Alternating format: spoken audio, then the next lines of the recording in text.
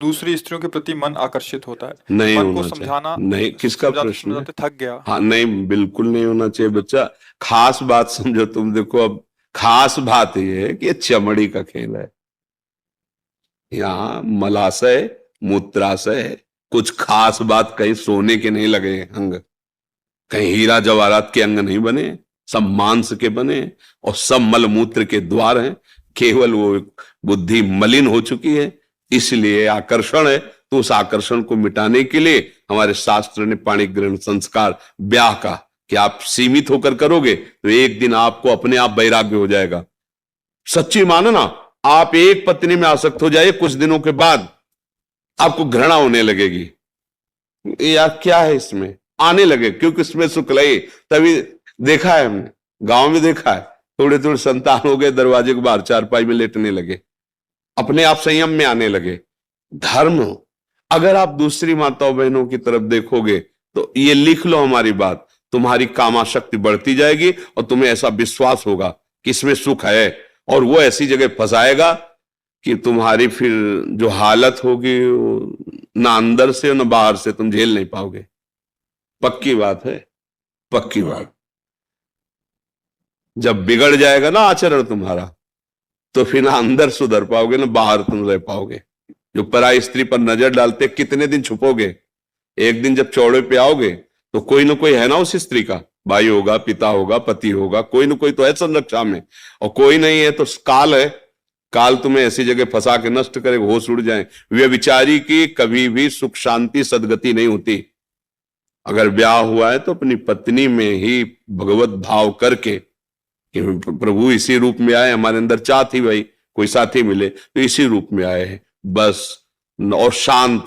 ये उद्दंडता अगर बनी रही तो दुर्गति पक्की है, पक्की। इसलिए मतलब ये नेत्र चराना बंद करो, ये नेत्रों को जो चराना होता है ना, हाँ ये दैवी शक्ति है। जितना बुरा देख करके सोचोगे उतने तुम्हारे सुकृत नष्ट हो जाएंगे और आगे तुम्हें दुख मिलेगा पक्का। इसलिए बहुत होश में रहो, बहुत होश में। जरा सी गलती तुम्हारे कई जीवनों को नष्ट कर देगी।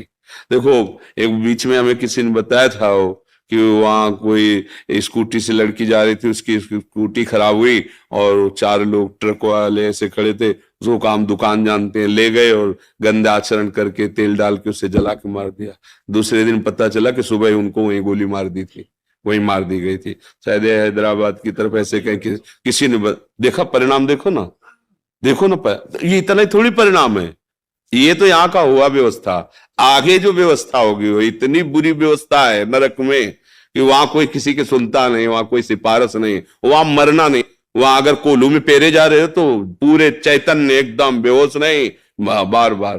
तो इसलिए जो पराई स्त्री के साथ संभोग की तो वो लोहे का खंभ तपता हुआ आग की ज्वाला की तरह 10-10 हजार वर्ष तक चिपकाया जाता है।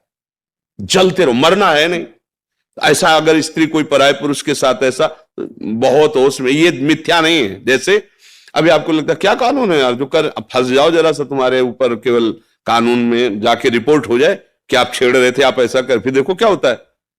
अगर आप प्रमाणित पाए गए तो आपको सजा हो सकती है, आजीवन कारावास या जो भी दंड मिल सकता है। तो है ना दंड विधान, तुम्हारी मनमानी से थोड़ी है। ऐसे ही ये भागवतिक दंड विधान जो नरक, अरे कहां नरक स्वर्ग, ऐसा नहीं है। जेल है ना भारत में, दंड विधान है ना। अरे बोले कौन देखता है किसकी, तो जब यहां पकड़ के जाते हैं ना तो पिटाई चौराहे पे नहीं की जाती है। ऐसे नरक एकांत में बला है, वहां जाके सड़ाया जाता है।